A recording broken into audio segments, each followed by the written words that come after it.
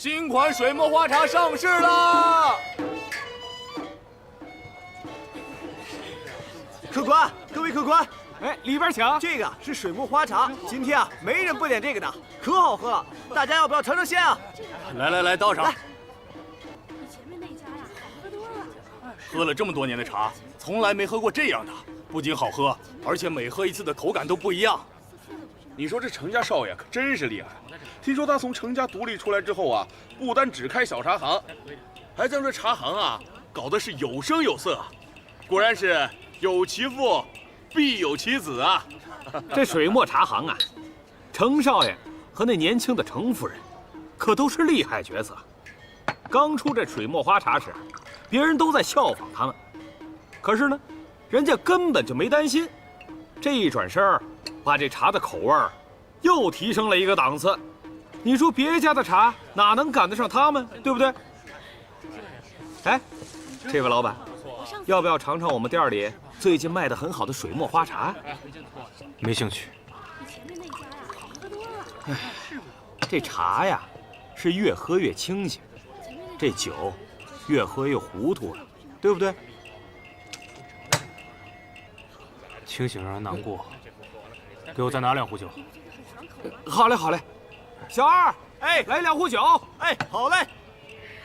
我也听说他们都是女人，特别心情。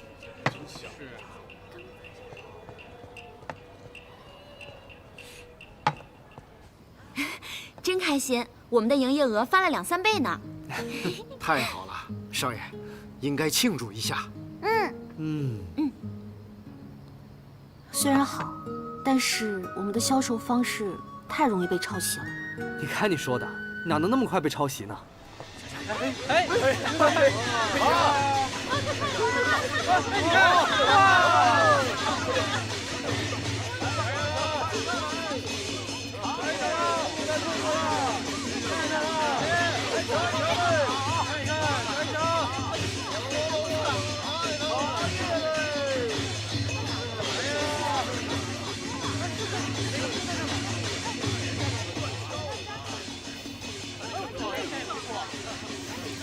少爷，这怎么办呀？生意全都被抢走了。夫人说的果然没错，这同行抄袭的速度实在是太惊人了。你看，这顾客都被其他的商户给抢走了，我们现在该怎么办呢？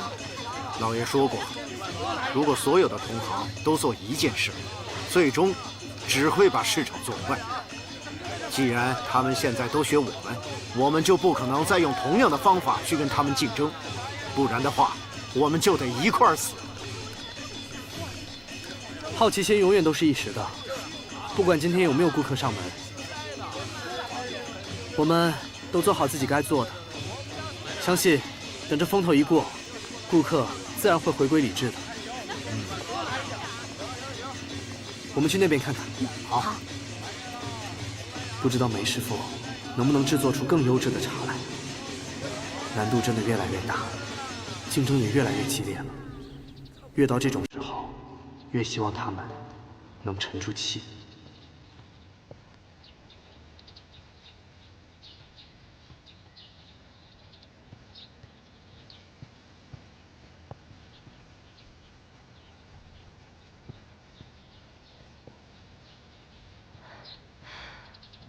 坐吧。哎，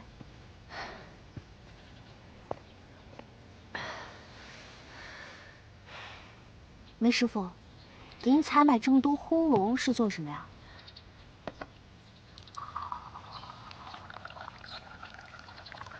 这是……我反复试过，发现这烘青茶叶比炒青茶叶更适合熏制花茶。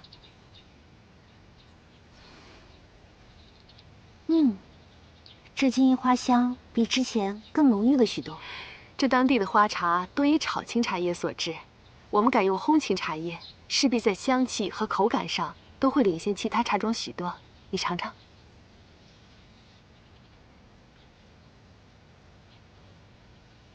怎么样？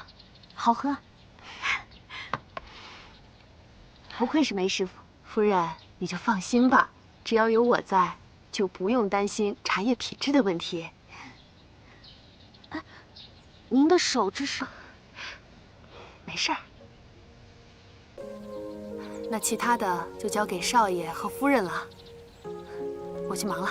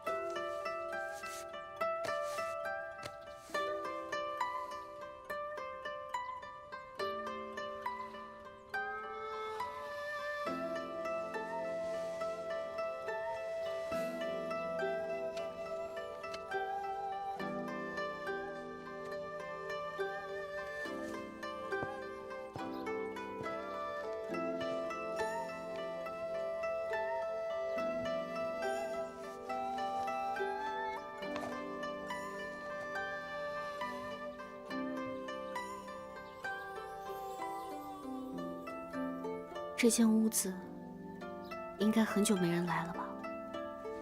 说来也惭愧，自从爹不在了以后，我就一直忙着生意上的事，都不曾再来过。对了，你不是应该在西山茶园吗？怎么突然回来了？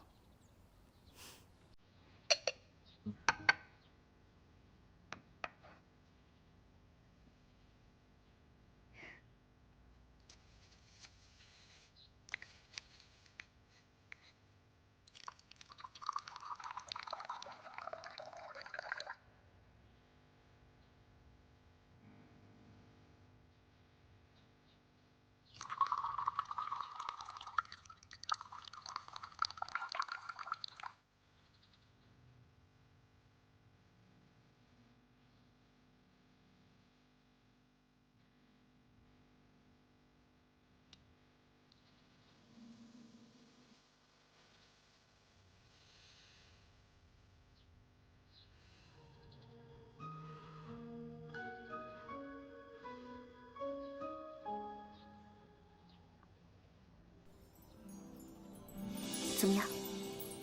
这茶和我们之前研制的花茶都不一样，感觉醇和了很多。这还得谢谢你，让梅师傅有更多的时间去研制花茶。其实我知道，为了等待更好的茶，所有的开支和成本都是你在扛着。因为我相信你。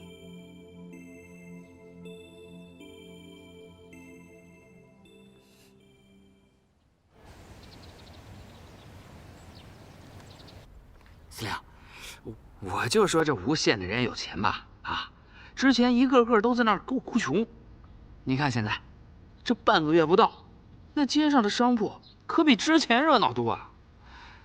哦，还据说办起了什么花仙表演，有声有色的。看来，老子这税是收少了。收少了，宋老三，哎，你去加大一些税收的项目，不管是商贾还是平民百姓，我要他们的吃喝拉撒都得交税。哎，司令您放心，属下这就去办。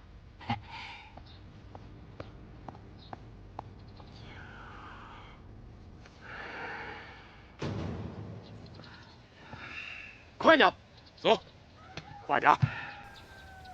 司令说了，为了维护治安，打今儿个起，无县所有民户，啊，甭管你是种田的、打鱼的，还是躺在家里卧床不起的，每家每户，通通按人头征缴土地税和治安税，每人每月100铜板。什么？100铜板？你还不如去抢呢！对啊，你们就是土匪，我们不交，不交。怎么着？有意见了这是？这就对了嘛，咱们得相互理解、相互包容，是吧？哎，对了，我得事先声明一下，你们的钱可不是揣进我腰包里了，你们那钱可是为了军政做了贡献的，这是你们的光荣，自己好好想想啊。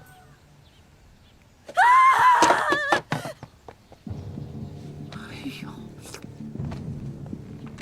你干什么？你干什么？大妮儿，跑！大妮儿，快跑！老实点！大妮儿。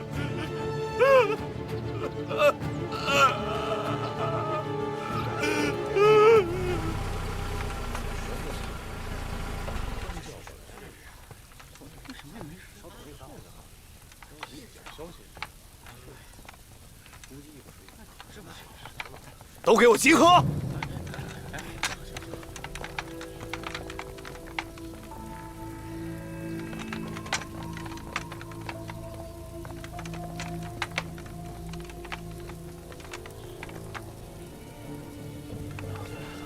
一大早上把我们喊过来，念这些文绉绉的东西，也不知道在说些什么。田阳，在，把人给我拖出来！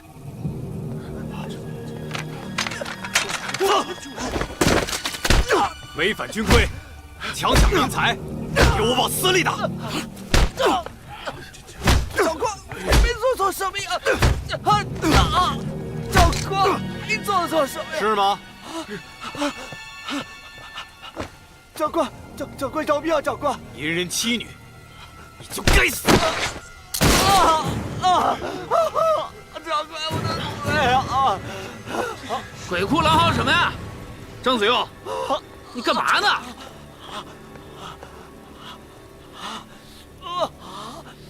张子佑，你他妈干嘛呢？我刚刚宣读的军纪，都听懂了吗？是，听懂了。税要收，但是要有理据，要有章法。谁要是敢在收税的时候胡作非为，这就是你们的下场。我刚刚读的军纪，都记住了吗？是，长官。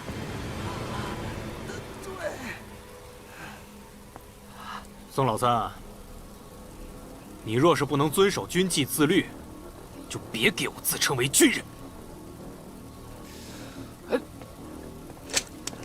立正！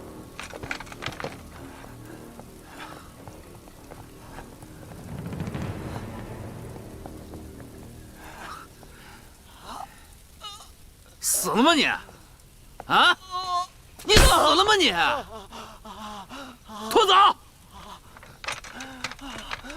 他都跟你们瞎白活什么了？为什么没人通报我？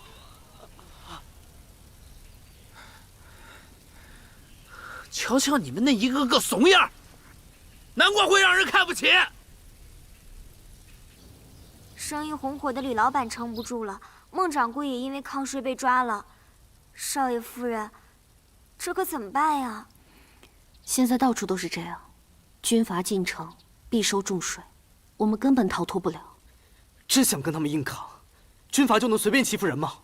少爷，你千万不能冲动啊！前面那几个掌柜都是因为违抗军令被抓的。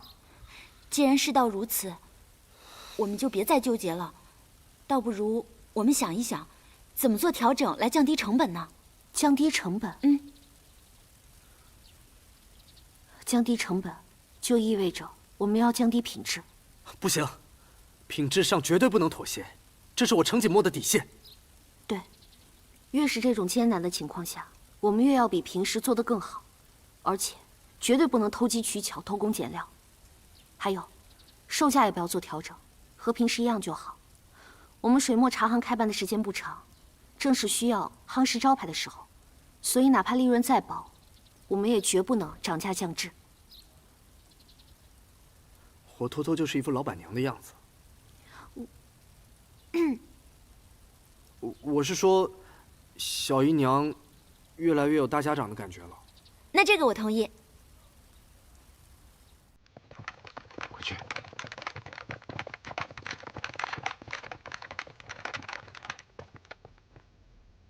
走吧。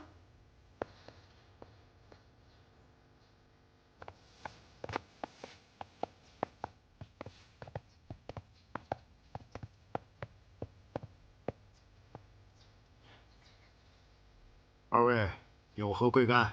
乔管家，水墨茶行的税还得交。纵是皖系执政时，也不像你们这么胡作非为啊！更何况你们之前还是我们吴县的警员。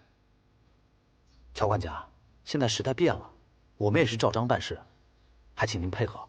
照章？照谁的章？你们分明是巧立名目，土匪作派。乔管家，军令如山，你也别为难我们。我呸！我都替你们感到羞耻。乔管家，我们都说了，我们也是照章办事。再说了，吴县都收了，我们不能落您一家吧？你瞧说，怎么回事？来这儿无缘无故收税？田大哥、周大哥，是你们啊？你看这里面是不是有什么误会啊？秋水妹子，这收税的事儿我们也很为难，上面有规定，我们也是没法子。上面谁？你不知道啊？子庸哥回来了。张子悠？对啊，子庸哥回来了，现在他是马司令的副官，现在还是代理县长。我告诉你们，回去告诉那个张子悠，只要有我程景墨在，他休想见我的小姨娘，休想拿我水墨茶行当软柿子捏。那就交税吧，程老板，要不跟我们走一趟？好啊，走就走，我倒要看看你们能把我怎么样。不行，你不能去。程景墨，你如果不听我的，那我就跟他们走。你，我相信张子悠，更想见到的人应该是我。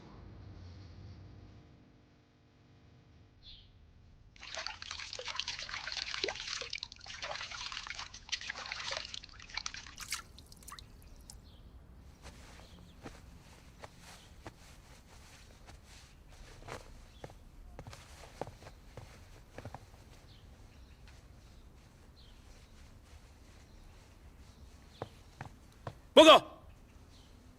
说，长官，刘兴洲刘老爷求见。让他进来吧。是。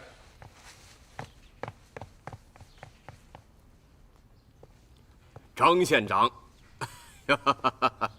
好久不见呐！哎呀，你这是步步高升，前途无量，前途无量啊！刘老爷客气了，请坐。哎，好。哎呀，咱们可是老相识了啊！今日张县长不同往日，如今是衣锦还乡，刘某特来祝贺。客套话就免了吧，有事说事吧。是，哎，既然是老相识了，刘某希望看在我们是老相识的份上，照顾我们刘家。如今的税收呢颇重，我们刘家可担待不起啊。这税收之事，全是司令定夺，您恐怕找错人了。哎，刘全儿，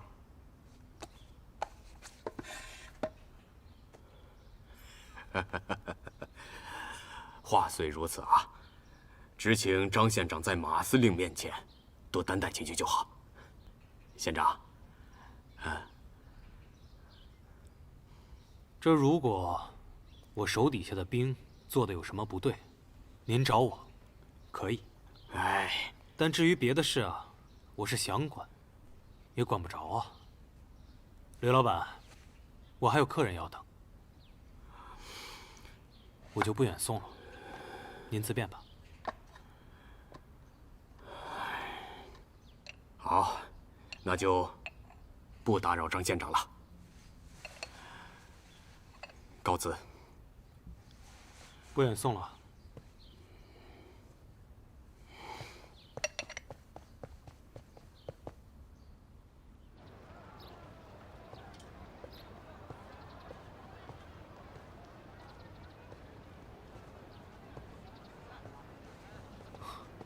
秋水，你难道没有话想跟我说说吗？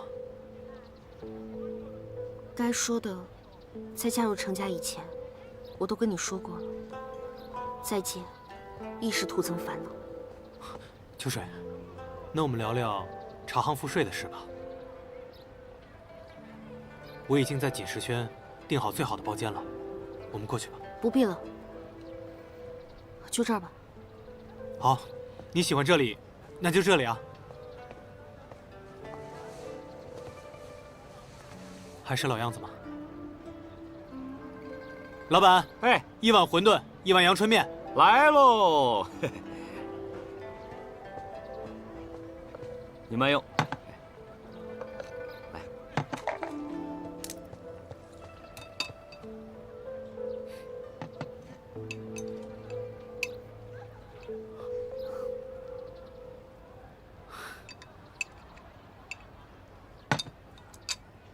秋水，你变了。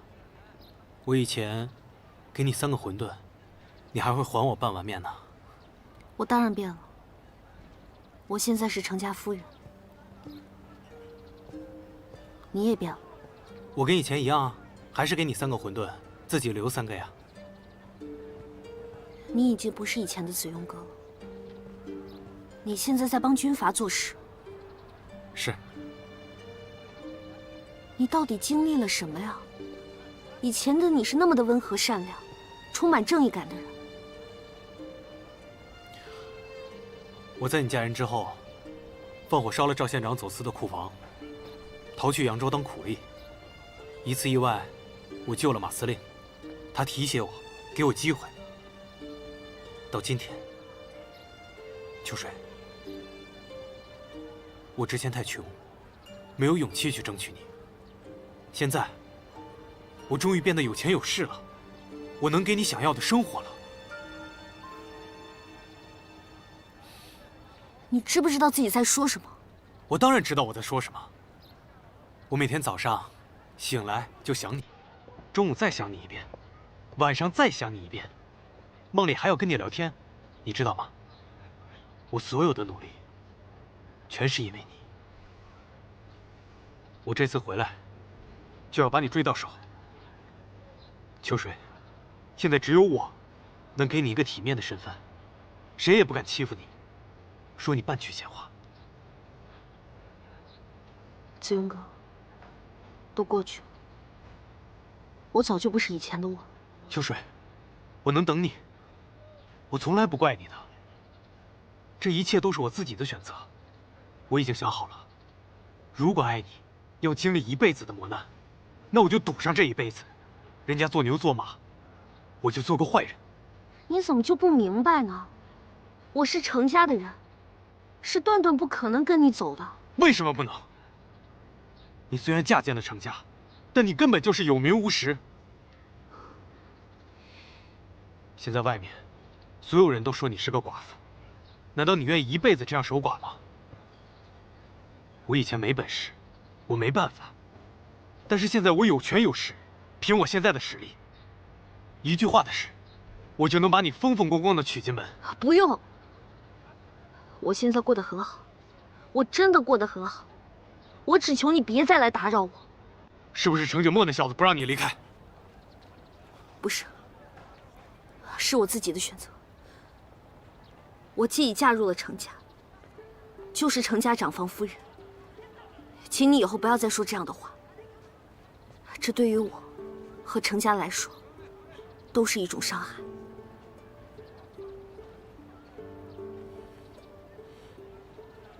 看什么看？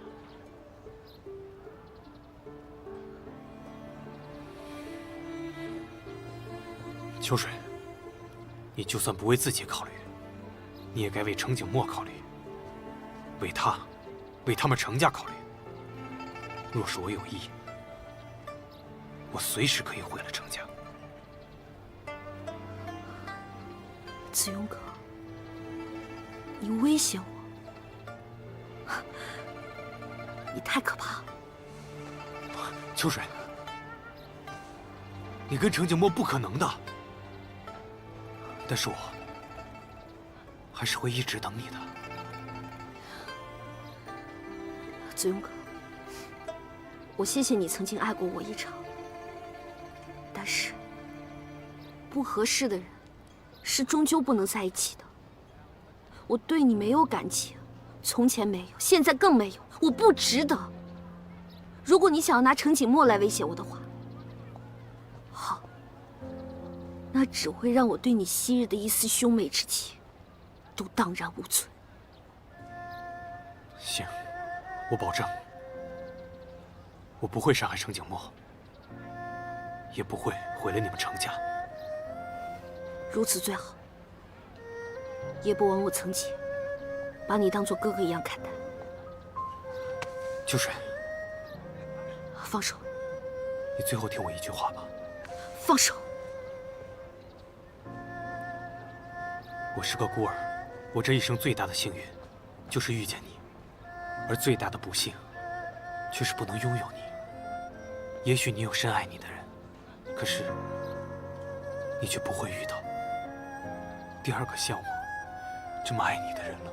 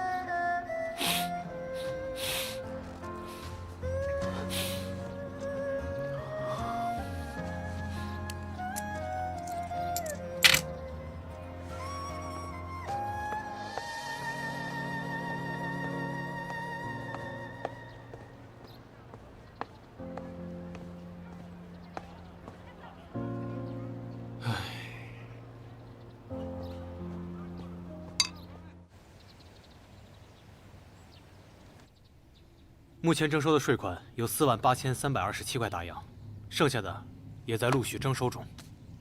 其中有些贫困家庭缴纳税款确实有些困难，可能还需要一段时间。我听说你还整顿了军纪，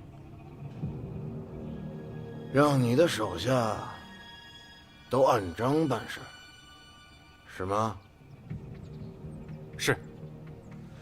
是个屁！你不对那些顽劣的刁民用上些手段，他们能老老实实给你交税吗？司令，有些人家是真的交不起，若是把人逼急了，就会出现先前扬州的情况。镇压永远不是上策，尤其是把人逼上绝路。你知不知道，老子现在需要钱，有了钱才能有枪，有了枪才能够越做越大。你到底懂不懂？爹，哎，我要出去骑马，让张副官保护我吧。说好啦，这次你可千万别让着我，不然每次我赢的都不开心。我没有让着你。宋老三次次都能赢我，你次次赢他，却偏偏输给我。别以为我不知道怎么回事。好，那这次就不让着你了。撤！哎，你怎么耍赖啊？撤！撤！撤！撤！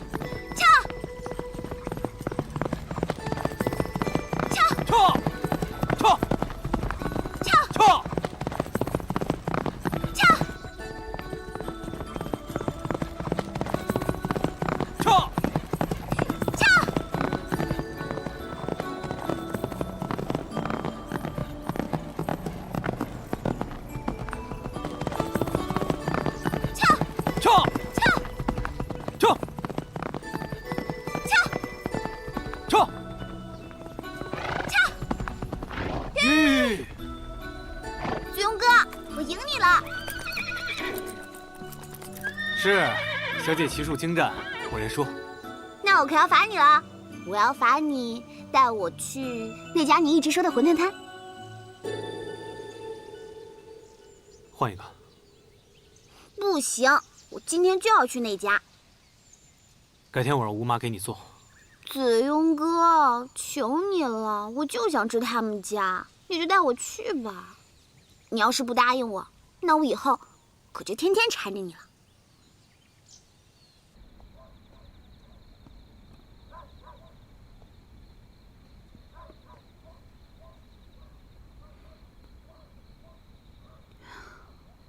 你怎么在这儿站着？你去找他了，是吗？不早了，我先去睡了。他张子庸和你说了什么？他是不是不死心？他有没有拿程家来威胁你？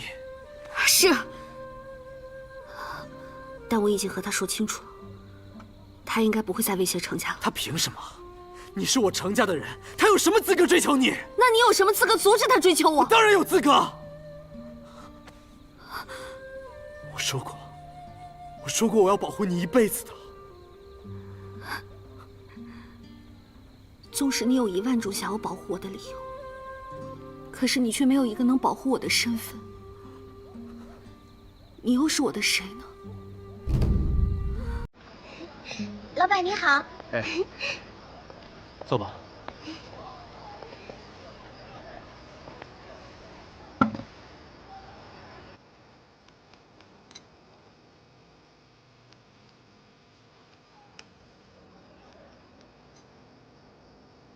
老牌馄饨喽，30年老店。老板。哎，来了。嗨。嗨。我叫马婉如。子庸哥是不是很小就在你这儿吃馄饨呀？啊。那他以前都和谁一起来吃啊？和他那些兄弟们，还有，还有谁啊？没了。老样子吧。好嘞。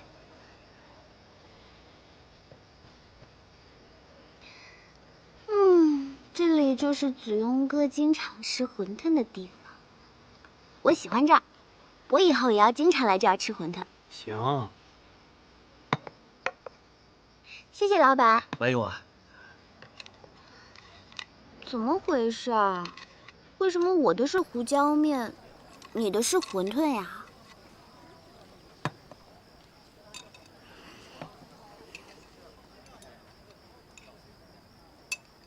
你还没回答我为什么呢？小时候，几个小伙伴没钱，只能点1碗，然后分着吃。哦。现在有钱了，反倒不馋了。那以前你们是谁吃面，谁吃馄饨呀？吃饭吧，不说这个了。子荣哥，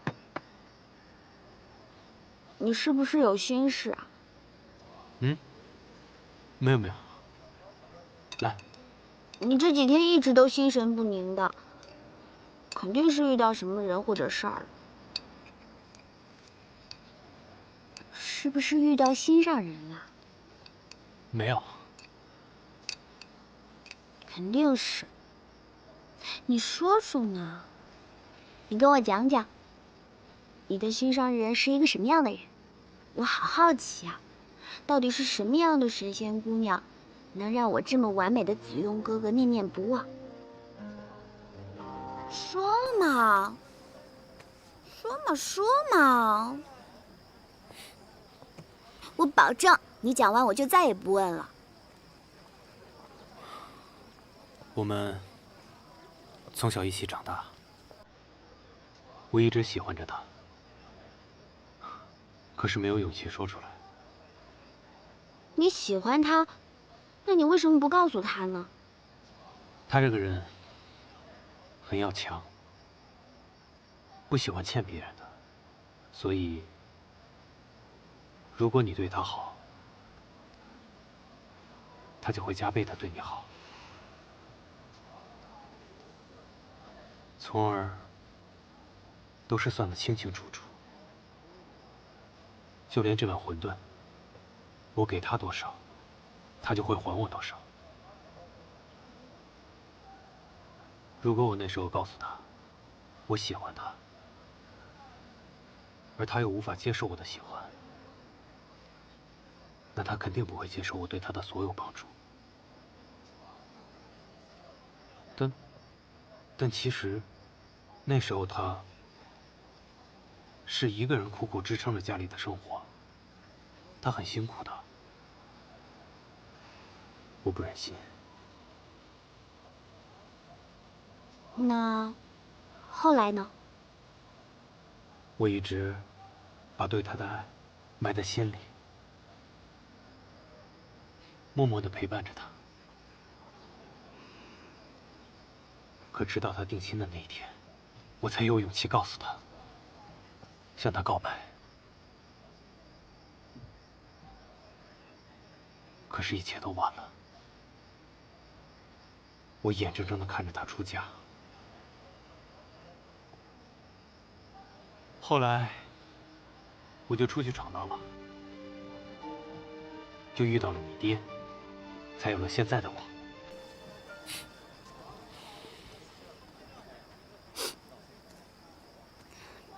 傻丫头，你哭什么呀？我的子庸哥哥，在我心里是最好的。如果别人不珍惜你，那是他不懂你的好。这么快就吃完了？馄饨在你碗里。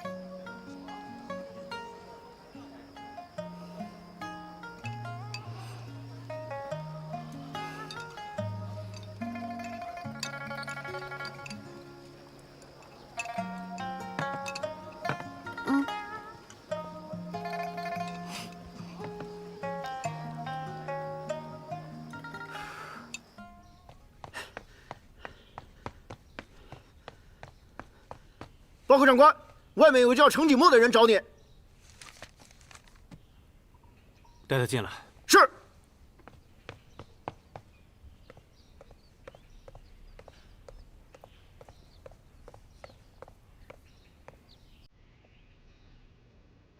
能让他们都回避一下吗？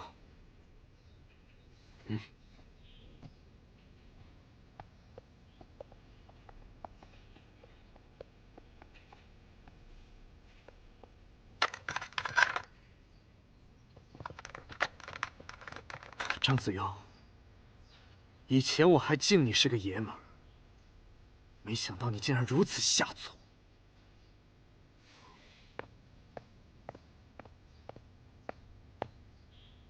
你有什么资格来指责我？别以为你现在是军阀的狗腿子，手里有兵有枪就可以为所欲为，拿我程家家业威胁她一个弱女子。我警告你，若你敢对秋水有半点非分之想，我做鬼也不会放过你。我就要跟秋水证明，我有能力保护她，而你可以吗？你根本给不了她幸福。我能不能给她幸福，轮不到你这个外人来指手画脚。外人？她嫁给的是你爹，不是你。你想让所有人都看她笑话吗？我爱她。你爱她，要不要比比？我们谁更爱她？不要跟我说，你小子愿意为她去死这种蠢话，因为我也可以。程景墨，你知道我最恨你的是什么吗？秋水当年错嫁，你为什么要认她做小姨娘？啊！只要你想，你明明有无数个机会可以让她离开，给她自由，为什么要将她困在身边，让所有人都看她笑话？你自私，你愚蠢，你无能，你眼里只有程家，你根本不配爱她。要不是秋水袒护你，我早就把你整垮了。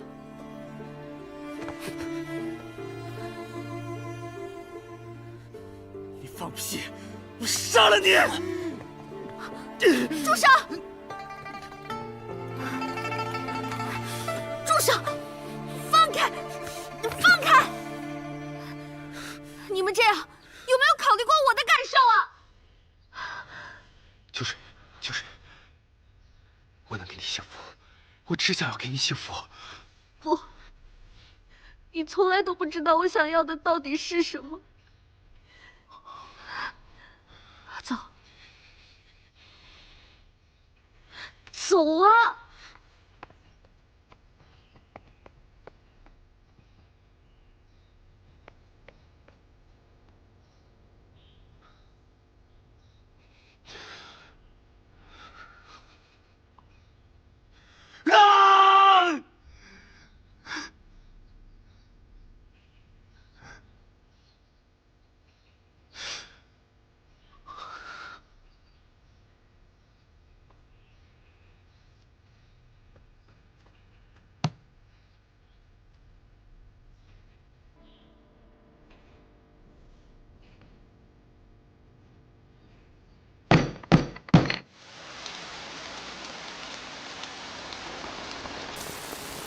程景墨，你脑子进水了吧？你跟他吵什么呀？这不是让我为难吗？我跟他清清白白，什么都没有。对不起，是我亏欠你太多太多。我的爱，是你的牺牲，你的成全，你的屈辱。我害你被全世界耻笑，我一次一次的陷入绝境，把你困在我的身边。我害你吃了那么多苦，是我太自私，是我对不起你。你说这些做什么呀？这样，我把我们赚的钱都给你，给你自由。无论谁拦着，我都要给你阮秋水自由之身。可我要的不是自由。那你要什么？你要什么我都能给你。我阮秋水这辈子要的，不是做谁的妻子，而是做一个体面的人。体面是自己挣的，不是男人给的，你懂吗？通过努力，我得到的每一分钱都能让我安心。就算是你程景墨输得一无所有，我也绝不离开。打我嫁入程家以来，我从未想过离开，包括离开你，你明白吗？可是我不想耽误你。算了，不想了。你说的对，我没办法给你一个身份。程景墨，小时候，你用一生的腿疾换我一条命；长大了，你用自己的命在猛兽面前又救了我的命。你程景墨对我如何，我又怎会不知道？反正我阮秋水这辈子就是跟定你了，无名无份，也在所不惜。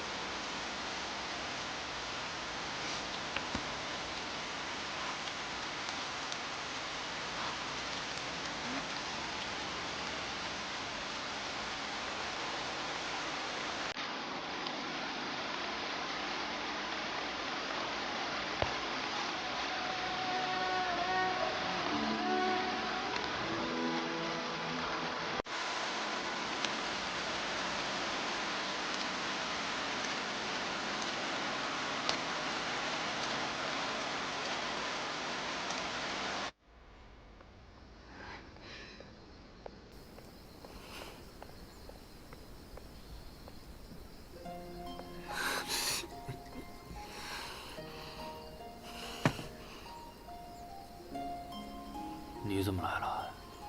因为我知道你不开心啊，所以特意偷跑出来陪你。给我！你干嘛？你又不会喝酒。我不想看你这样为难自己。你要是这样，那我就陪你一起。你还小，你不懂。我已经长大了。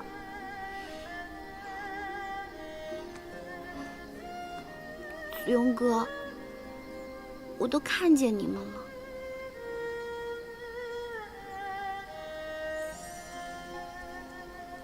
宛如，你说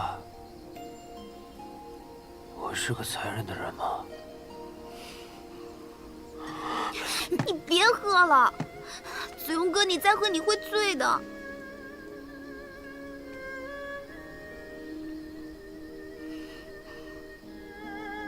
残忍的人，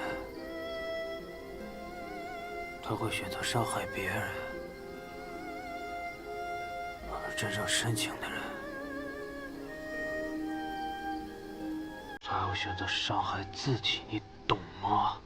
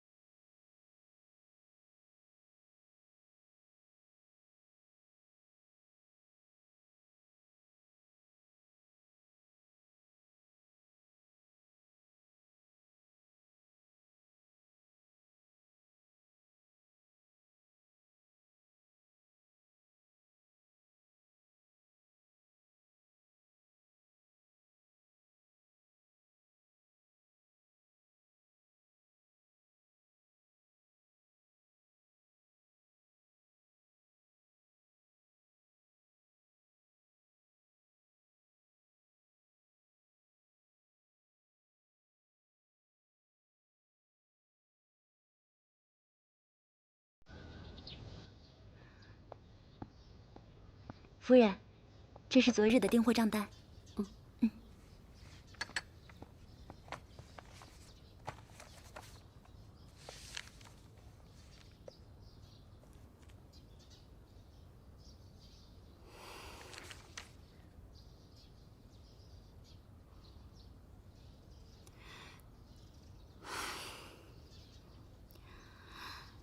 阮秋水，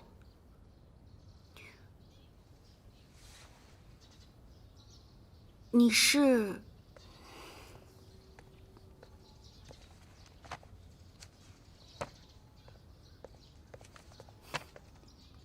你不认识我，但我知道你。我叫马婉如。那请问你找我是有什么事吗？我是为了子庸哥来的。是他让你来的吗？不，他不知道我来找你。那我先去给你倒杯茶吧。不用了，我就跟你说几句话，我就走了。也好，你说吧。按道理来说，我应该讨厌你才对，但见到你，我竟然有点讨厌不起来。你喜欢他，对吗？对，我喜欢子庸哥，但现在我更希望你能和他在一起。我不想看到他每天为了你借酒消愁、闷闷不乐的样子，看到他那样，我特别心疼。我跟他是不可能的。为什么？子庸哥他那么好，你为什么不想跟他在一起啊？感情的事是勉强不来的。不是他，他再好，你也知道不是他。你心里有喜欢的人了，对吗？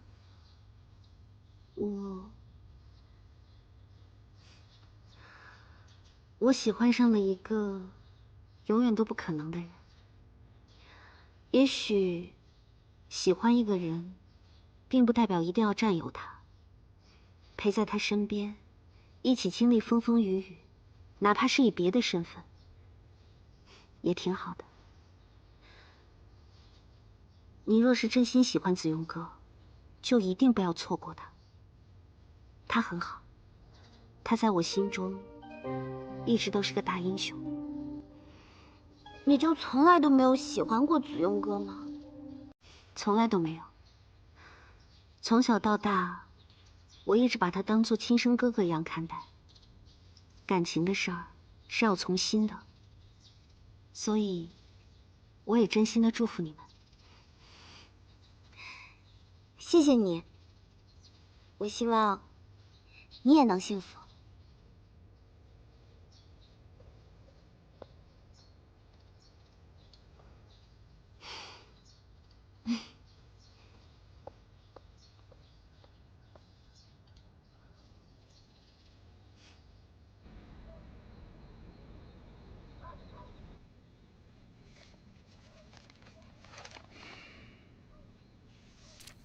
爹，这几个月，空儿统计了所有茶园，还有商行的支出。我们非但没有赚到利润，反而亏损了7400块大洋，而且还不算交税的3000块大洋。那我们收购程家的4个茶园，亏损多少啊？其实，程家的3个茶园还好，不过程东贵的开安茶园亏损实在是太严重了。我们因为土地的翻正、茶种，还有人工的费用，搭进去了将近2000块大洋。爹，按照往年，2000块大洋对于我们来讲，咬咬牙也就过去了。可是如今马永奎到处搜刮，爹，再这么拖下去，我们会被拖垮的。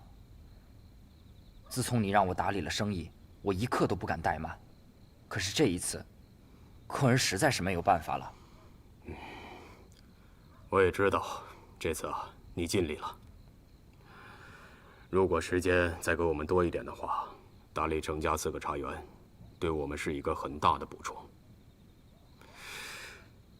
可是这个马永奎呀，偏偏这个时候进城。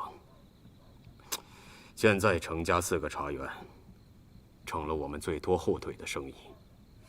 马永奎四处搜刮，收入差的人，别说喝咱家茶了，就是连温饱都有问题。如今茶叶已经越来越难销售了。我想了各种办法，不过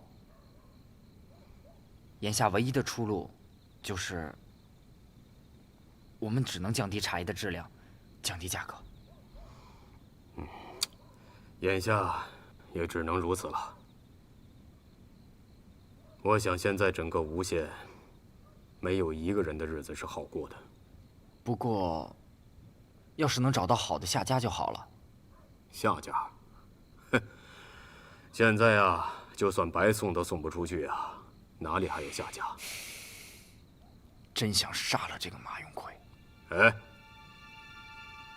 我可提醒你啊，离那军阀远点儿。爹，你都送了他一套房子了，他都一点没有感恩之心，这种人就是土匪啊！爹，如果我们再继续隐忍和憋屈下去，这种人早晚有一天还会找上门来的。别招惹他们，听到没有？本来就应该联合起吴县的人一起把他杀了。离他们远点儿，你听到没有啊？是。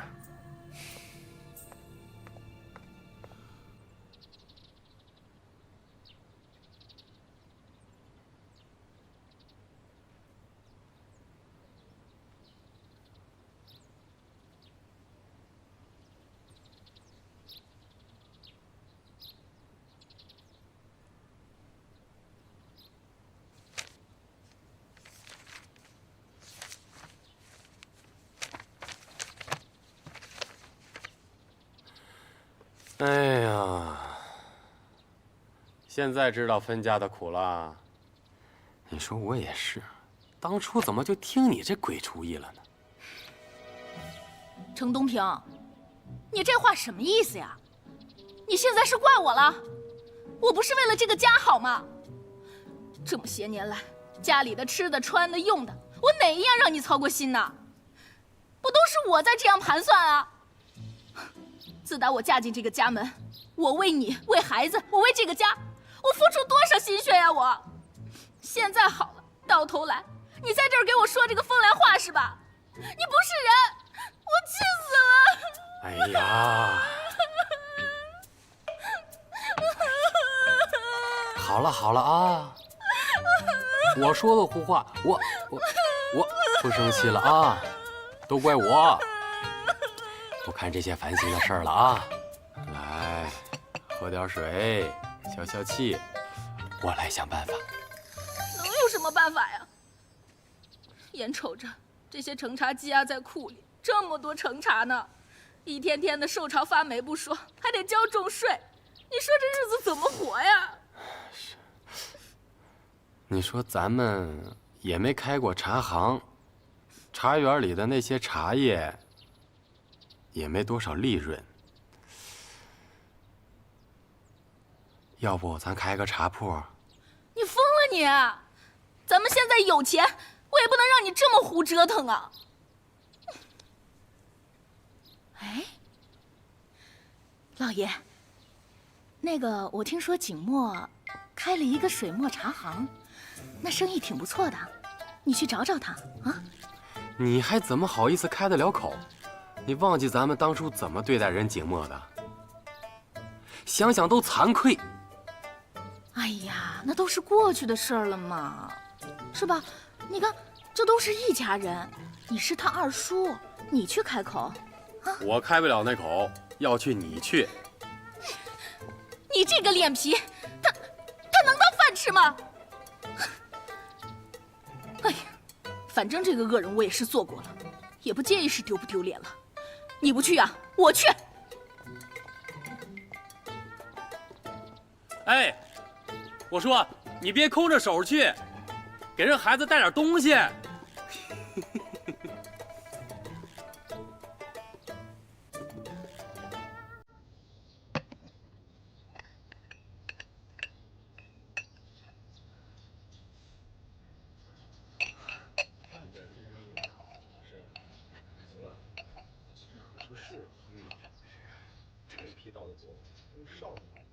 乔叔啊，二婶儿，您请。你们少爷呢？在里面呢。啊。哎呀，景墨，你瞅瞅这生意。二婶儿，景墨，这可真是红火呢。您今天怎么过来了？二主母好。哎，二嫂多日不曾登门，今日怎么来了？哎呀，这个知道你们开了个茶行，早就说过来瞧瞧嘛，这一直都不得空，这不今儿抽空过来瞧瞧。这生意你瞅瞅，真是啊，景墨，厉害呢啊！二婶过奖了，这里边还有我小姨娘的功劳呢。哦，对，这个啊，我早就听说呀。秋水妹妹特别有做生意的头脑，这个果不其然啊，比我这个渔妇能干多了。二嫂过奖了，都是小打小闹罢了。不知二嫂今日到底是为何事而来啊？那个，哎，你说我没事儿还不能来瞧瞧你们了啊？不过呀，是有这么一件小事，来跟你们商量商量。什么事儿啊？是这样的，景墨，你也了解你二叔，他整天就知道遛鸟啊、听曲儿啊，这对做生意他一点也不上心。这我呢，对这个做生意更是一窍也不通。这个我们商量一下，就觉得这个东山茶园的经营权呢，还是交由你来打理，都是自家人，我们也放心。你说呢？啊？二嫂有所不知，我们水墨茶行也是因为细心经营，才能稍稍保本。目前并没有能力去接手更多茶园。景墨呀，你说，哎，你不知道，这再过些日子，你这弟弟妹妹又该交学费了。你二叔为这事儿，那都愁得都病了。你说这都是自家人，你忍心看着这我们这都活不下去了都。再说了，你也是咱们程家的长房长子嘛，啊，你说你这个接手咱们程家茶园这些，这不都也是天经地义的吗？是不是啊，景墨？二婶儿啊，您别说了，我答应您。哎呦，哎呀，景墨，行，那我先谢过了啊，我就先走了。我送您。不用不用了。哎呀，这喝着呢，这都跟自己家似的啊，没事常来，喝好啊啊。二婶还真有意思。哦，对了，忘了跟你说了，我已经答应小姑姑把三爷爷的寒山茶园也收回来了。三爷爷毕竟年纪大了，好面子，我看改天我就组个局，大家把话都说开了，自然就没事了。这家是你的，随你吧。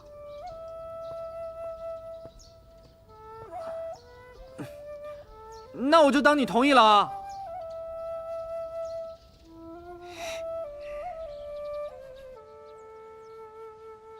今年我们先后经历了罕见的梅雨季节，导致茶叶大量受损，后又遇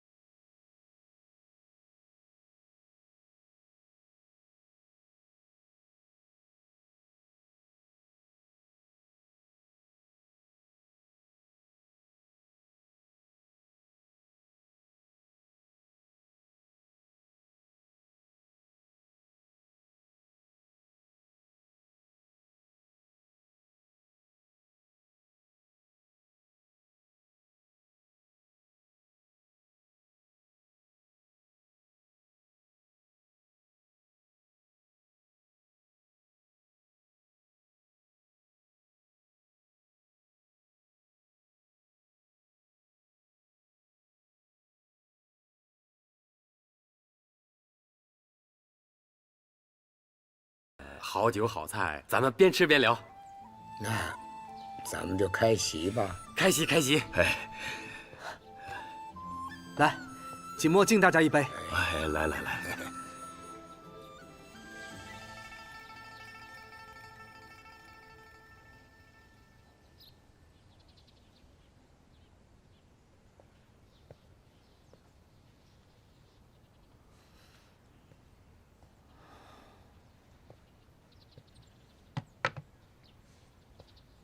少爷，您中午喝了酒，喝点筒骨竹笋汤暖暖胃吧。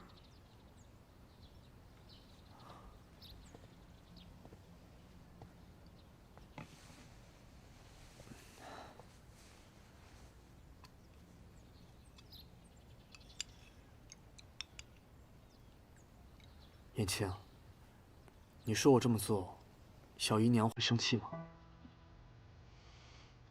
别说夫人了，燕青都很生气。你个臭丫头，你气什么？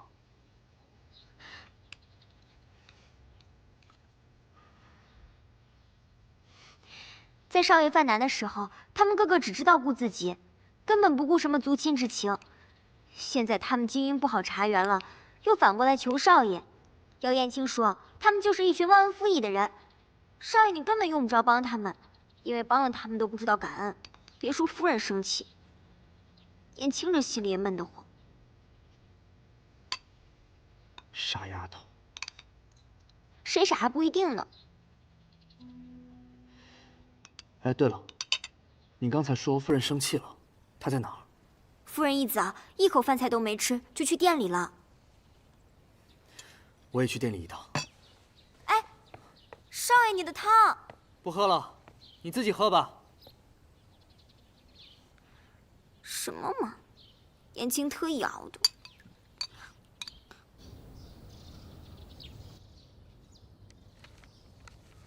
小姨娘，你应该在家好好休息。你是不是生气了？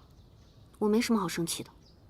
你是不是在气我收回了寒山茶园和东山茶园，没跟你商量？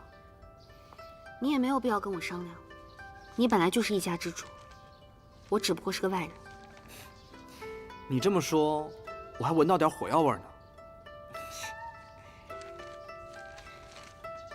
我刚刚翻看了一下寒山茶园和东山茶园历年账目，其实你可能不知道，现在他们都完全属于严重亏损的状态。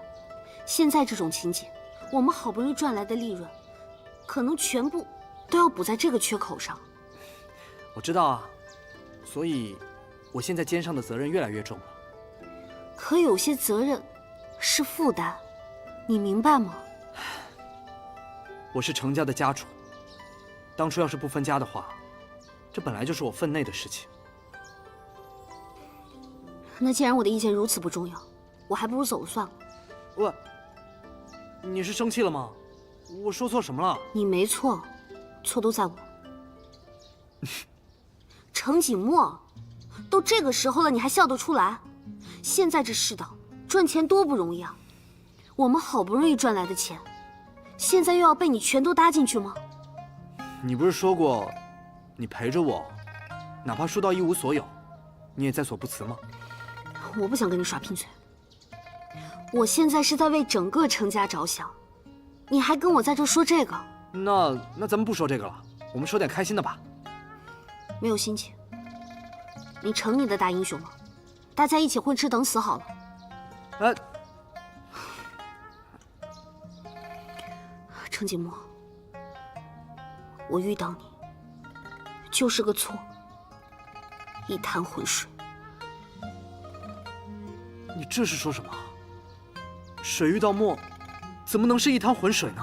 就是浑浊，是无穷无尽的灰暗。